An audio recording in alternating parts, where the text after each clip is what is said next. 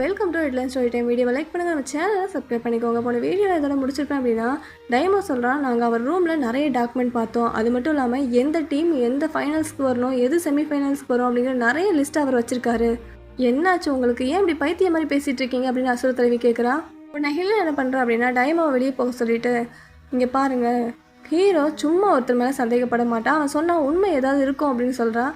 அவன் சொன்னால் எல்லாமே உண்மையாயிருமா அப்படின்னு அசுர தலைவி கேட்குறா. சும்மா இங்கே பேசிட்டு இல்லாமல் ஃபைனல் போட்டிக்கான வேலையை பாரு அப்படின்னு அசுர தலைவி சொல்கிறா. நீங்கள் எப்போவுமே என்னை நம்ப மாட்டிங்களா? உங்களுக்காக தானே ஒவ்வொரு விஷயமும் நான் பார்த்து பண்ணுறேன் அப்படின்னு சொல்ல, நான் உன்னை ஏதாவது பண்ண சொன்னேன்னா, உனக்காக தான் நான் சூயின் தவன் கூட அனுப்பி வச்சேன் அப்படின்னு அசுர தலைவி சொல்கிறா. எதுக்கு, என்னை பாதுகாக்கவா இல்லை கண்காணிக்கவா அப்படின்னு ஹில்லா கேட்குறா. சரி பரவாயில்ல, இந்த போட்டியில் நான் யாருங்கிறத நான் கண்டிப்பாக ப்ரூவ் பண்ணுவேன், என்னாலே ஒரு நாட்டை ஆட்சி பண்ண முடியும் அப்படிங்கிற மாதிரி ஹில்லா சொல்கிறா. என்ன, அந்த போட்டி முடிஞ்சதுக்கப்புறம் அந்த இளவரசன் மாதிரியே நீ கெட்டப்புக்கு மாற போறியா அப்படின்னு அசுர தலைவி கேட்கும்போது, ஆமாம் அப்படின்னு ஹில்லா சொல்லிடுறா. சரி ஓ இஷ்டம், நீ என்ன வேணால் பண்ணு, ஆனால் இந்த கேமில் இப்போ நம்ம தான் வின் பண்ணணும் போட்டியில், அதுக்கான வழியை பாரு அப்படின்னு அசுர தலைவி சொல்லிடுறா. நீங்கள் என்ன பண்ணிகிட்ருக்கீங்க, என்ன ஒரு பொம்மை மாதிரி யூஸ் பண்ணிகிட்ருக்கீங்க, நான் உங்கள் பொண்ணு அப்படின்னு ஹில்லா சொல்ல, இங்கே பாரு, இந்த மாதிரி பேசுகிற வேலையெல்லாம் வச்சுக்காத, நீ என்னை அம்மானு கூப்பிடக்கூடாது, தலைவின்னு மட்டும்தான் கூப்பிடணும், புரியுதா அப்படின்னு அசுர தலைவி கேட்குறா. ஏம்மா இப்படி பண்ணுறீங்க, நான் உங்கள் சொந்த பொண்ணு தானே, ஏன் என்னையே இன்னொருத்தரோட அடையாளத்தில் வாழ சொல்கிறீங்க? சரி நீங்கள் என்ன வேணால் பண்ணுங்கள், எனக்கு என்ன தோணுதோ அதான் நான் பண்ணுவேன், அந்த ஃப்ளவர் மாஸ்டரை பற்றி நான் கண்டிப்பாக தெரிஞ்சிக்காமல் விட மாட்டேன் அப்படின்னு ஹில்னா சொல்கிறா. ஹில்னாவும் கோவமாக கிளம்பி போகிறா. இதை பார்த்துட்டு அசுர தலைவியும் ரொம்பவே ஃபீல் பண்ணுறாங்க.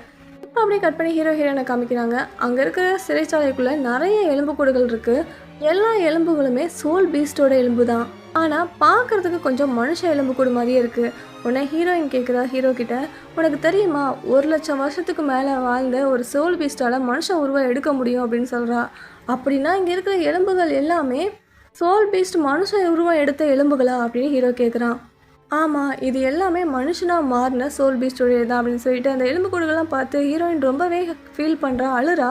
இவங்க இங்கே என்ன பண்ணிகிட்ருக்காங்க, இந்த எலும்புகளை வச்சு தான் ஆராய்ச்சி பண்ணுறாங்களா அப்படிங்கிற மாதிரி ஹீரோ கேட்குறான்.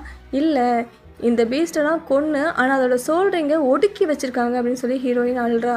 நான் என்ன நினச்சேன்னா, சோல் பீஸ்ட் மனுஷ உருவம் எடுத்தால் மனுஷங்கள் கூடயே ஒரு சாதாரணமான வாழ்க்கையை வாழ முடியும்னு நினச்சேன், ஆனால் நான் நினச்சது தப்புன்னு எனக்கு இப்போ தான் புரியுது அப்படின்னு ஹீரோயின் சொல்கிறா.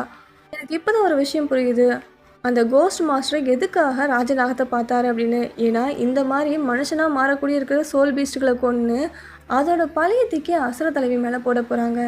ஆமாம், நீ சொல்கிறது உண்மைதான், இது அந்த ராஜநாகத்துக்கோ இல்லை குரங்குராஜாவுக்கோ தெரிஞ்சால் பெரிய பிரச்சனையே வரும் அப்படின்னு ஹீரோயின் சொல்கிறா.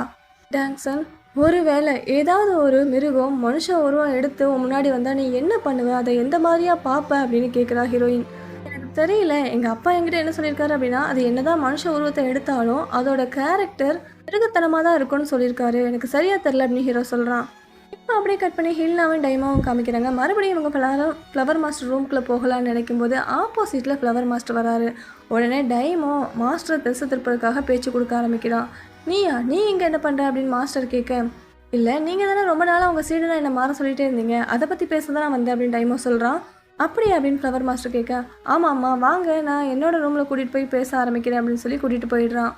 இப்போ ஹில்னாவும் ஃப்ளவர் மாஸ்டர் ரூம்குள்ளே போயிடுறான். இங்கே அப்படியே ஹீரோ என்ன யோசிச்சுட்டு இருக்கான்னா, நம்ம எப்படி இந்த சிறைக்குள்ளே வந்தோம், ஏதோ ஒரு பூவை தொட்டதுனால தான் வந்தோம், அப்போ இங்கே இருக்கிற பூ தான் ஏதோ ஒரு வழியை நமக்கு காமிக்கும். ஹீரோ அங்கே இருக்க ஒவ்வொரு பூவையும் தொட்டு பார்க்குறான், ஆனால் பழைய இடத்துக்கு போக முடியல. ஆனால் ஹீரோயின் ஒரு பூவை தொடுறா, அவள் அந்த பழைய இடத்துக்கே வந்துடுறா. அங்கே ஹில்னா இருக்கா. ஏன் இவ்வளோ நேரம் எங்கே போனீங்க அப்படின்னு ஹில்னா கேட்குற. ஐயோ ஹீரோயின் கூட வரலையா, இரு நான் இப்போ வந்துடுறேன் அப்படின்னு ஹீரோயின் மறுபடியும் அந்த பூவை தொட்டு அந்த சிறைக்குள்ளே போகிறா. அந்த பூவை ஹில்னாவும் டச் பண்ணி பார்க்குறா, ஆனால் அவளால் அந்த இடத்துக்கு போக முடியல.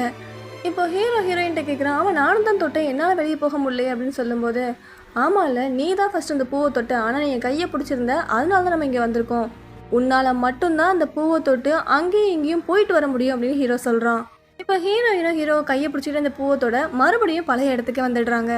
இப்போ ஹீல்னா கேட்குறான், அம்மா நீங்கள் 2 பேரும் என்ன பண்ணிகிட்டு இருக்கீங்க, விளையாடிட்டு இருக்கீங்களா அப்படிங்கிற மாதிரி கேட்குறான். ஆனால் ஹீரோ அங்கே நடந்த எல்லாத்தையுமே சொல்கிறான். ஹீல்னா அப்படியே முடிச்சுட்டே நிற்க, இப்போ ஹீரோயின் அவங்க 2 பேரையுமே பிடிச்சிக்கிட்டே அந்த பூவை தொடுறா. இப்போ அப்படியே டைமாவை காமிக்கிறான். அவன் என்னென்னமோ பேசி அந்த மாஸ்டர் வெளியே போகாமல் தடுத்துட்டு இருக்கான். அவரும் உனக்கு என்ன பிரச்சனை, என்ன தான் வேணும் அப்படிங்கிற மாதிரி கேட்குறாரு. நான் உங்கள் ஸ்டூடெண்ட்டாக இருக்க அக்செப்ட் பண்ணிக்கிறேன், ஆனால் நீங்கள் இந்த மார்ஷியல் ஹாலை விட்டு வெளியே வந்துடணும் அப்படின்னு டைமோ கேட்குறான். முடியவே முடியாது அப்படின்னு ஃப்ளவர் மாஸ்டர் சொல்லிட்டு அங்கேருந்து மறைஞ்சு போயிடுறாரு. இதை பார்த்து பதறி போன டைமோ ஐயோ அவங்களுக்கு இன்ஃபார்ம் பண்ணணுமே அப்படிங்கிற மாதிரி ஓடிட்டு இருக்கான்.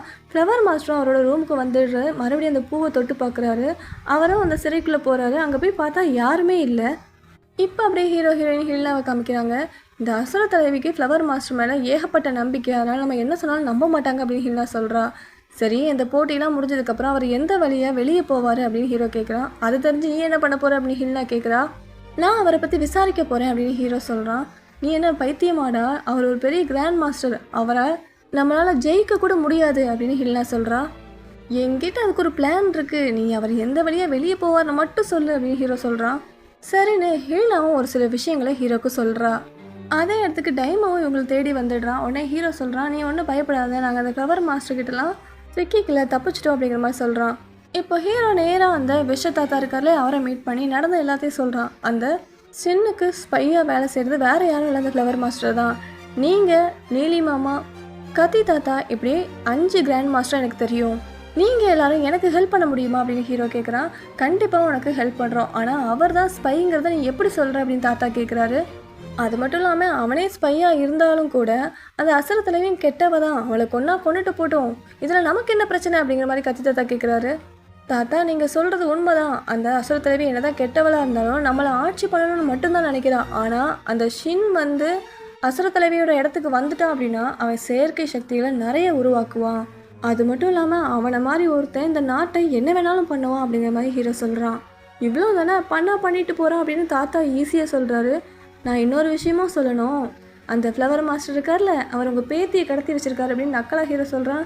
அடா பாவி பாய்வனி, இதெல்லாம்டா முதல்ல சொல்லணும், என்னடா இவ்வளோ லேட்டாக சொல்கிறேன் அப்படிங்கிற மாதிரி தாத்தா பதறி போய் இருந்துக்கிறாரு. என்ன ஆனாலும் ஓகே, இந்த டீலுக்கு நான் ஒத்துக்கிறேன் அப்படிங்கிற மாதிரி கத்தி தாத்தா சாரி விஷ தாத்தா சொல்லிடுறாரு. இப்போ அப்படியே கட் பண்ணி நம்ம டீமில் இருக்க எல்லாருக்கிட்டையும் மாஸ்டர் பேசிகிட்டு இருக்காரு.